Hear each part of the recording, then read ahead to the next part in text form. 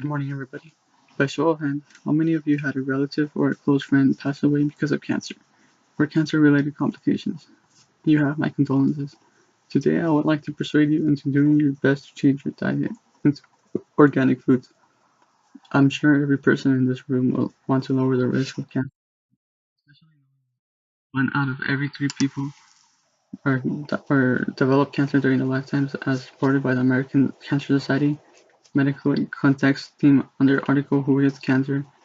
Lastly reviewed medically in 2015. I stand here trying to change a part of your life habit as someone who has been diagnosed with cancer at the age of 16 and hope that you guys be more careful of what you put in your body. First, I will be discussing what makes processed foods so bad for your health. Second, what processed foods do to the environment. And lastly, why you should try to eat more organic foods as much as you can. I will first be discussing what makes processed food so bad for the human body. It's important to look at the big picture of how we get our produce from fields and farms to our local markets. In an attempt to save money, most companies in the US are feeding their livestock grains instead of letting them graze naturally. This is increasing their amounts of omega-6, which we end up eating.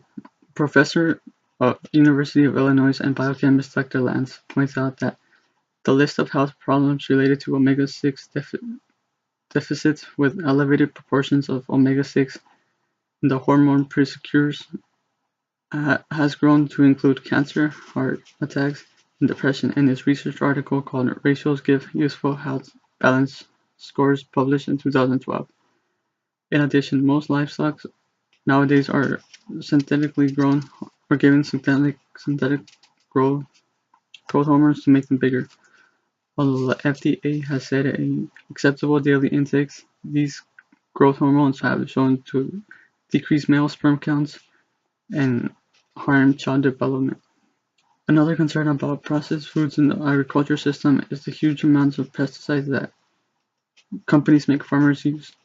These many pesticides are known or probable carcinogens, and children are especially at risk of developing cancer from pesticide exposure, as shown in the increase in childhood cancer data provided by the Pesticide Action Network of North America article called Cancer.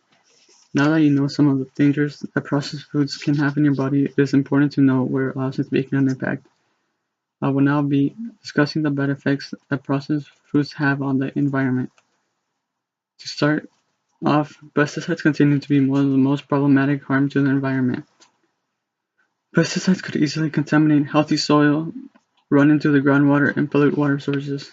This could cause decrease in fish populations, and animals that eat those fish would get greater dose of pesticides due to bioaccumulation, where doses increases up the food chain. Overall, a whole ecosystem can be compromised by pesticide pollution. MD Wasson Akhtar, on his published journal in 2009 called The Impact of Pesticides in Agriculture, stated that in addition to killing insects and weeds, pesticides can be toxic to a host of organisms, including birds, fish, beneficial insects, and non-targeted plants.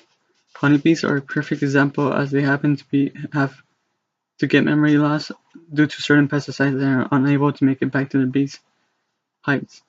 This is crucial because bees provide pollination in the world to the world's food supply.